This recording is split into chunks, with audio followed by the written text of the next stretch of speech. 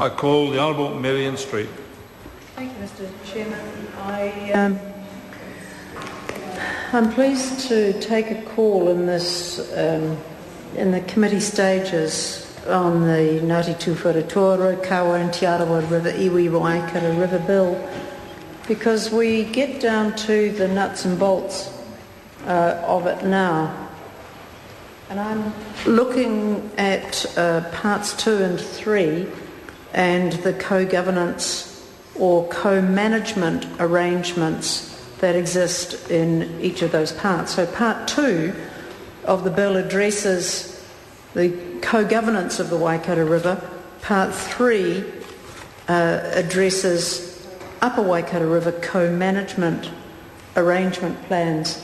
And I wonder, Mr. Chairman, if I could prevail upon the Minister and the Chair to speak to the SOP, which to all intents and purposes looks technical, but there are a couple of things that I'm not sure about, and I would ask the Minister if she were able to explain the rationale for some of the SOP. I'm clearly not wishing at all to be obstructive, but it would be helpful to know. For example, at the beginning of Part 2, straight under the title Co-Governance of Waikato River, there is a new clause 8A to be inserted, which talks about the relationship with the Waikato Tainui Raupatu Claims Settlement Act, and I'm wondering why this is being inserted at this point and perhaps not earlier, or with some reference earlier in the legislation. The SOP talks about inserting a clause about the relationship with the Raupatu claims, which I've mentioned, and then says that the matters provided for in sections 9 to 24 are also 9 to 34 are also provided for in sections 9 to 34 of the Waikato Tainui Raupatu Claims Waikato River Settlement Act 2010. And for the Minister, if this is simply a cross-referencing, can she just clarify that for me? Obviously, we spent some time last day when we were talking about this bill in the second reading, talking about the relationship between this legislation governing the management and operation of the Waikato River upstream and downstream, if you like, but across Ngati Tuwharetoa, Raukawa and Arawa interests in the river. And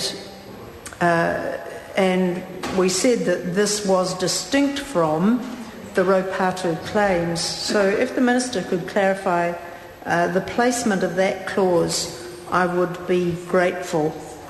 The next thing in the SOP is the deletion of clause 38.1, which is part of the bit that I was especially excited about yesterday when I was talking about the review that had been built into the management and the plan of the membership of the authority, and that was a very useful thing to do because it allowed for some flexibility in the future should it be required. But this clause 38 deals with the review and amendment of the plan, and it's taking out the bit that refers to Ngati Tuwharetoa and says that for them, the trust must give the other trusts written or electronic notice within 30 business days. Again, if this is simply an administrative matter, Minister, I'd be pleased to hear about it. And similarly, in clause 38.2, there is a reference to inserting the words and the trust for Ngati Tuwharetoa if it did not participate in the preparation of the plan and decides under clause 4.4a, Mr. Chairman? I call the Honourable Marion Street. Thank you, Mr. Chairman. And decides under clause 4 brackets 4a, close bracket, of Schedule 5 to participate in the review. I suppose this is where I need a little background from the Minister as to why this insertion happens here. Again, there may be a simple explanation that is eluding me at this hour of night. The others, there are 3 other changes that the SOP makes, and I don't think there is anything particularly significant, although when one takes away an "and" in a piece of legislation, the inference is, and my reference here for the Minister is clause 46, 2a, that where an "and" is taken away, does it mean that each of those provisions, that is why the Trust should meet no less than twice a year, do they become separate, or are they to be aggregated? So are those, do we assume that the purpose of the meeting no less than twice each year is to do each of those things in little 1, little 2 and little 3 by the omission of the word "and"?